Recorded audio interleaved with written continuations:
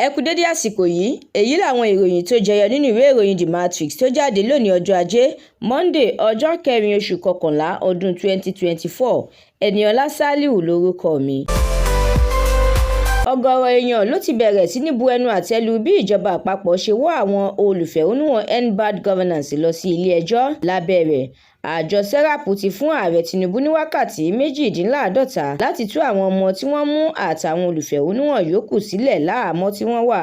Ẹgbẹ́ Arewa Consultative Forum (ACF) ti bu ẹnu àtẹ́ lu gbígbé tí wọ́n gbé àwọn ọmọ kéékèèké lọ sí ilé-ẹjọ́. Àwọn náà pè fún ìdásílẹ̀ wọn lẹ́yọ-ò-ṣọ́ká. Ẹ kò ní òye láti gbọ́ ẹjọ́ rárá, Fẹ́mi Fálànà ló sọ bẹ́ẹ̀ fún ilé-ẹjọ́.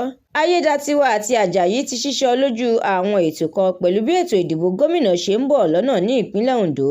Iléeṣẹ́ ọlọ́pàá lórílẹ̀‐èdè yìí ti fi ọwọ́ ṣìkún òfin mú àwọn oníjìbìtì orí ayélujára bíi 140 tí wọ́n jẹ́ ọmọ Nàìjíríà àti àwọn aláwọ̀ funfun. Àtíkù ti sọ̀rọ̀, ó ní tó bá ṣe òun ni òun kò ní yọ owó ìrànwọ́ orí epo bẹntiróòlù lẹ́ẹ̀kan náà bí ààrẹ Tinubu ṣe ṣe.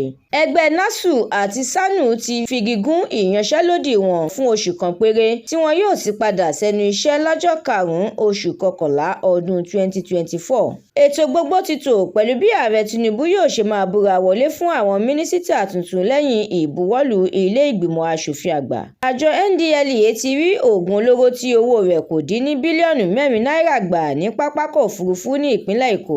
Ìròyìn eré ìdárayá. Nǹkan ò ṣẹnure fún ẹgbẹ́ agbábọ́ọ̀lù Man U pẹ̀lú bí wọ́n ṣe gbá ọ̀mì pẹ̀lú ẹgbẹ́ agbábọ́ọ̀lù Chelsea.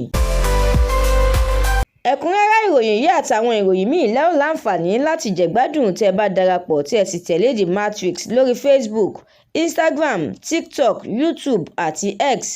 Àdúrà mọ́mi Balógun ló ṣe òǹgbùfọ̀ ìròyìn yìí. Ẹniọlá Sálíù lórúkọ mi.